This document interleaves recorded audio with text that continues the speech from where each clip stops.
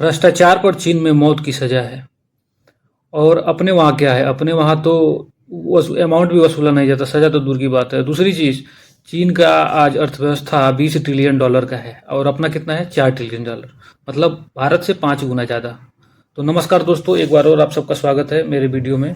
और आज का जो हमारा टॉपिक है भ्रष्टाचार, इस पर हम बात करेंगे और चीन के हिसाब से अपने कंट्री को देखेंगे क्या क्या चेंजेस हो सकता है और कहाँ गलतियाँ हो रही हैं। तो चलिए स्टार्ट करते हैं। जैसे कि हालिया के दिनों में एक सोशल मीडिया पे वायरल हुआ था कि चीन का एक मंत्री था, जिसने, अधिकारी या मंत्री था कोई, बहुत सारा भ्रष्टाचार किया था, उसको अभी फांसी की सजा हुई है। लेकिन भारत में आज तक किसी को भी भ्रष्टाचार के मामले में फांसी की सजा नहीं हुई है, क्योंकि हमारा व्यवस्था ऐसा है जो कि ये खुली छूट देता है बढ़ावा देने के लिए भ्रष्टाचार को। गवर्नमेंट भी इसमें, मैं करंट गवर्नमेंट की बात नहीं कर रहा, खाली पिछले गवर्नमेंट की भी बात कर रहा हूँ। अब तक जितने भी सरकारें आई सभी इसमें शामिल रहे हैं, प्रत्यक्ष अप्रत्यक्ष रूप से, क्योंकि सबको इसका फायदा मिलता है। पार्टियों को भी फंड जाता है, वो बहुत अमाउंट उसमें भ्रष्टाचार के थ्रू जाता है। और जो बहुत बड़े बड़े अधिकारी मंत्री हैं, आप लोग भी आए दिन तो सुनते ही होंगे कि कभी कोई पकड़ा गया, कभी कोई पकड़ा गया, लेकिन किसी को कोई बहुत बड़ा सजा नहीं होता है। तो देश को आगे बढ़ाने के लिए बहुत जरूरी है कि भ्रष्टाचार पे सख्त कानून बनाया जाए। अभी देखिए, चाइना का जो है कि इकोनॉमी 20 ट्रिलियन डॉलर का है और हमारा कितना है, 4 ट्रिलियन का, मतलब हमसे 5 गुना ज़्यादा है। तो वहाँ पे सबसे बड़ा मेन रीज़न ये है कि लोगों के अंदर डर है कि भ्रष्टाचार करेंगे तो मौत की सज़ा होगी। और भारत में किसी के अंदर कोई डर नहीं है। अगर ये भ्रष्टाचार का पैसा बाहर आ जाए, अर्थव्यवस्था में आ जाए, तो सीधे डबल हो जाएगा, 8 ट्रिलियन डॉलर हो जाएगा। मैं बता रहा हूँ कि जितने भी बड़े बड़े नेता हैं और बड़े अधिकारी हैं, खासतौर से जो, जिनका इन्वॉल्वमेंट होता है कहीं ना कहीं डीलिंग से लेके, जिसमें पैसा माध्यम बनता है, तो वो सब बहुत ज़्यादा भ्रष्टाचार किए हुए हैं। और इनके स्विस अकाउंट में, इनके लॉकरों में बहुत पैसे बहे हैं। तो अगर वो सारा पैसा मार्केट में आ जाए, भारत की अर्थव्यवस्था में आ जाए, तो अपना जीडीपी 4 ट्रिलियन से सीधे 8 ट्रिलियन पहुंच जाएगा। आप सब लोगों ने देखा होगा कि चाहे कोई मुद्दा हो, जब बीजेपी सरकार में है तो कांग्रेस विरोध करती है, कोई काम होता है गवर्नमेंट में। जब कांग्रेस सत्ता में थी तो बीजेपी विरोध करती थी। लेकिन भ्रष्टाचार एक ऐसा मुद्दा है जिसपे दोनों पार्टियां सेम पोजीशन पे है, कोई किसी का विरोध नहीं करता, कोई ऐसा सुझाव नहीं देता संसद भवन और लोकसभा की कार्रवाई में कि ऐसा कानून बनाया जाए कि भ्रष्टाचार पे सख्त कानून बने और करने वाले को फांसी की सजा हो, उम्र कैद हो। इस पे कोई आगे बढ़ के नहीं आता, ना कभी बीजेपी बढ़ के आई आगे और ना ही कभी कांग्रेस।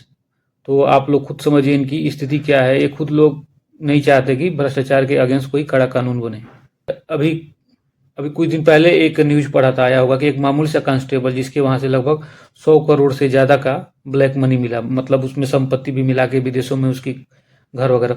तो समझिए, कल्पना कीजिए कि एक मामूली सा कांस्टेबल पद पे तैनात सिपाही जो है वो इतना भ्रष्टाचार कर सकता है। तो जो बड़े बड़े लेवल पे हैं उन्होंने कितना किया होगा और कितना कर रहे होंगे। तो मेरा मानना है कि सरकारें भ्रष्टाचार पे कुछ नहीं करेंगी, जनता को ही आगे आना पड़ेगा, जनता को ही मजबूर करना पड़ेगा सरकारों को कि ऐसा कानून बनाए कि जो भ्रष्टाचार करे उससे उम्र कैद या फांसी की सजा हो। एक छोटा सा एग्जाम्पल से बताते हैं कि कैसे भ्रष्टाचार कितना नुकसानदायक है। देखिए, भ्रष्टाचार क्या है, ब्लैक मनी कोई ऐसे तो देगा नहीं, कुछ न कुछ गलत काम कराने के लिए दिया होगा। तो एक तो गलत काम होगा, एग्जाम्पल के लिए कोई टेंडर है, तो टेंडर पे ब्लैक मनी गया, तो फिर क्या करेगा, वो पैसा उसने खर्च किया है तो अपना मार्जिन ज़्यादा रखने के लिए लो क्वालिटी का सामान लगाएगा। तो जो निर्माण हुआ है, रोड हो, बिल्डिंग हो, वो जो कि ज़्यादा लंबी लाइफ जानी चाहिए तो उतनी लाइफ जाएंगी नहीं, जल्दी खराब होगा, तो यानी दोबारा से उसका टेंडर निकाला जाएगा। तो एक ही काम को दो दो बार पैसा लगाया गया, देश का अर्थव्यवस्था पीछे गया। दूसरी चीज, जिसने, अगर दूसरी तरफ देखें, क्राइम से रिलेटेड है, किसी ने कोई क्राइम किया है और पैसा देके बच गया वो, तो यहाँ पे उस सामने वाले के साथ, जो कि उसके अगेंस्ट है, उसके साथ अन्याय हुआ। तो यहाँ पे भी भ्रष्टाचार की वजह से उसको नुकसान हुआ। और भी बहुत बहुत तरीके हैं जिससे भ्रष्टाचार करने। मैंने एक वीडियो देखा था जो चाइना का था, उसमें क्या था कि कांस्टेबल जो है, कांस्टेबल पुलिस डिपार्टमेंट का, और भी कुछ अधिकारी थे सरकारी डिपार्टमेंट के, उनके ऊपर क्या होता है कि बॉडी कैमरा होता है और माइक होता है, और ड्यूटी के दौरान वो उसको हटा नहीं सकते।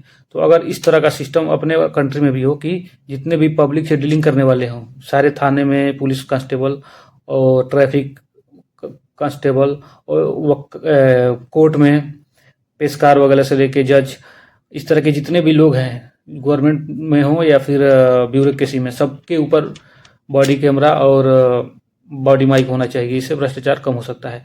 और अभी 1 फरवरी को 2026 में अपने कंट्री का बजट आने वाला है। तो मेरा वित्त मंत्री जी से निवेदन है कि कृपया एक फंड बनाइए जो भ्रष्टाचार के अगेंस्ट हो। उस फंड से क्या करें कि आपको जितने भी सरकारी ऑफिसेस हैं सब में सीसीटीवी कैमरा लगाना है।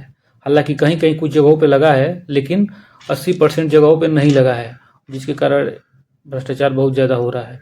तो सबसे पहले सीसीटीवी कैमरा से लैस करें सारे दफ्तर, सारे ऑफिस जितने गवर्नमेंट के हैं। उसके बाद जो पब्लिक से डीलिंग करने वाले ऑफिसर हैं उनको बॉडी कैमरा और माइक लगाने का आदेश दिया जाए, उसके लिए भी बजट एलोकेशन करें।